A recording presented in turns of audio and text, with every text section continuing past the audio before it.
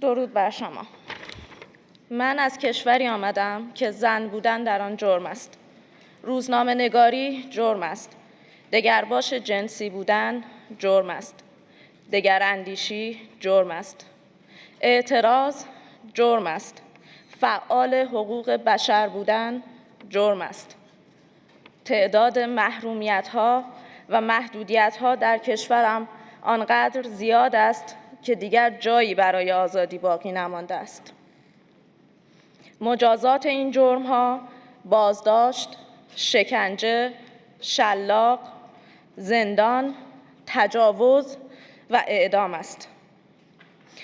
من امروز اینجا هستم تا به خاطر مبارزه‌ام این جایزه ویژه را دریافت کنم. این در حالی است که مبارزه انتخاب من نبود. مبارزه کردن وظیفه من بود. وقتی در سن 14 سالگی قربانی گشت ارشاد شدم، وظیفه خود دانستم که با حجاب اجباری مبارزه کنم. وقتی دیدم صدای آواز زن، بدن زن و رقصیدن زن ممنوع است، برای حقوق زنان مبارزه کردم. وقتی پدرم را به خاطر اعتراض و مخالفت با جمهوری اسلامی 4 سال زندانی کردند و 74 ضربه شلاق زدند و من سالها مجبور شدم او را هفته‌ای 1 بار از پشت شیشه ملاقات کنم، وظیفه خود دیدم که برای آزادی بیان مبارزه کنم. وقتی شاهد بودم مردم را به بهانه‌های گوناگون اعدام می‌کنند، تصمیم گرفتم با اعدام مبارزه کنم. در نهایت وقتی دیدم حکومت جان انسان‌ها را به دلیل اعتراض در خیابان‌ها می‌گیرد، تصمیم گرفتم با ماهیت جمهوری اسلامی مبارزه کنم. وقتی به خاطر فعالیت‌های حقوق بشریم 5 بار بازداشت شدم، مصمم‌تر شدم که بیشتر و پرقدرت‌تر مبارزه کنم.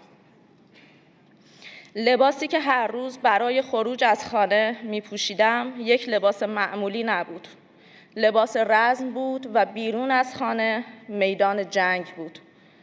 از هر فرصتی برای بی‌حجاب قدم زدن در خیابان‌ها استفاده می‌کردم و تصاویرم را در شبکه‌های اجتماعی به اشتراک می‌گذاشتم. طولی نکشید که به سراغم آمدند.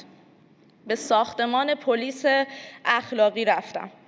من هم در آن زمان 22 ساله بودم و در همان ساختمانی که مدتی بعد مهسا امینی دختر 22 ساله ایرانی را در آن به قتل رساندند بازجویی شدم. پیش از ورود به ساختمان، در حالی که شالم را روی شانه‌ام انداخته بودم، از خودم یک ویدیو تهیه کردم و در صفحات مجازیم به اشتراک گذاشتم و اعلام کردم من از بازداشت و تهدید نمی‌ترسم و به حجاب اجباری و جمهوری اسلامی نمیگویم.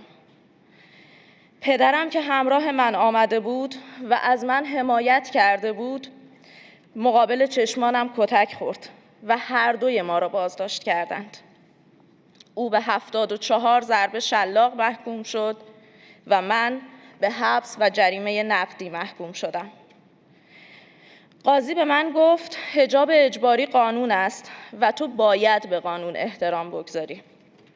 من پاسخ دادم بردهداری هم زمانی قانون بود و من به عنوان یک زن و شهروند این کشور نه تنها به قانون بد احترام نمیگذارم، بلکه تلاش میکنم که آن را از بین ببرم. آخرین بار وقتی از زندان آزاد شدم، از دانشگاه اخراج شده بودم. حق کار کردن نداشتم و اجازه خروج از کشور از من گرفته شده بود و در دادگاه به 6 سال زندان محکوم شدم. می‌خواستند آنقدر به من فشار بیاورند تا تسلیم شوم و نتوانم زندگی کنم. ولی من برای زندگی کردن و آزاد بودن مبارزه می‌کردم. حق خروج از کشور را نداشتم و تصمیم گرفتم به صورت غیرقانونی از ایران فرار کنم. در آخرین لحظات مأموران مرزبانی چندین بار به سمتم گلوله شلیک کردند. برای آخرین بار از بالای کوه به وطنم نگاه کردم. مجبور شده بودم زادگاهم را ترک کنم. آنجا تصمیم گرفتم برای تمام کسانی که تن به تبعید خود خواسته دادند مبارزه کنم تا روزی که خانه مکانی امن برای زندگی کردن باشد.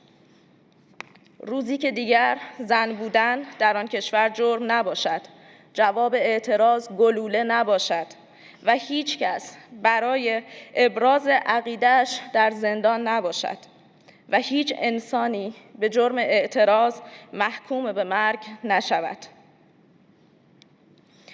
امروز که 513 روز است، پدرم همچون تعدادی دیگر از شهروندان ایرانی قربانی ناپدیدسازی قهری شده است، متوجه شدم باید برای حق یک زندگی معمولی که جمهوری اسلامی از من، خانواده‌ام و مردم ایران ربوده بیشتر و بیشتر و بیشتر مبارزه کنم. درست در همین لحظاتی که با شما سخن میگویم، ایرانیان بسیاری در خیابانها مبارزه میکنند و آن را تمرینی روزمره برای رسیدن به آزادی و تنها راه نجات میدانند. در اعتراضات بعد از قتل مهسا امینی دست کم 530 نفر کشته شدند که 64 نفر از آنها کودک بودند. دست کم 500 نفر از ناحیه چشم به خاطر شلیک گلوله ساچمه‌ای آسیب دیدند. ده‌ها هزار معترض بازداشت شدند و بیش از 100 معترض تحت خطر حکم اعدام هستند که تاکنون حکم اعدام 4 نفر از آنها اجرا شده است. این 4 نفر محسن شکاری، مجید رضا رهنورد، محمد مهدی کرمی و سید محمد حسینی هر 4 نفر کمتر از 40 سال داشتند و همگی کارگر و ورزشکاران حرفه‌ای بودند. مردم ایران از ابتدایی ترین حقوق خود محروم هستند و راهی جز مبارزه ندارند. انقلاب ما متوقف نشده است. زنان ایرانی با ارتش موهایشان به جنگ آیت الله ها می روند و ما در مسیر انقلاب با شکوه زن، زندگی و آزادی هستیم. اعتراضات و سرکوب به دانشگاه‌ها و مدارس ایران هم کشانده شده است. این جنایتی بزرگ است که حکومت برای مقابله با آنها و انتقام گرفتن از زنان ایرانی با گاز شیمیایی به مدارس دخترانه حمله می‌کند و دانش آموزان بسیاری را روانه بیمارستان‌ها می‌کند. مخاطب من دولت‌ها، نهادها و مردم آزاداندیش در سراسر جهان هستند.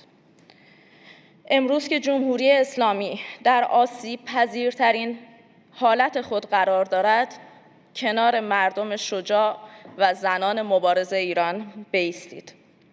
با حکومت جنایتکار جمهوری اسلامی همانند یک اشغالگر رفتار کنید و سپاه پاسداران انقلاب اسلامی که وظیفه‌اش مراقبت از حکومت و کشتار مردم است را در لیست گروه‌های تروریستی خود قرار دهید.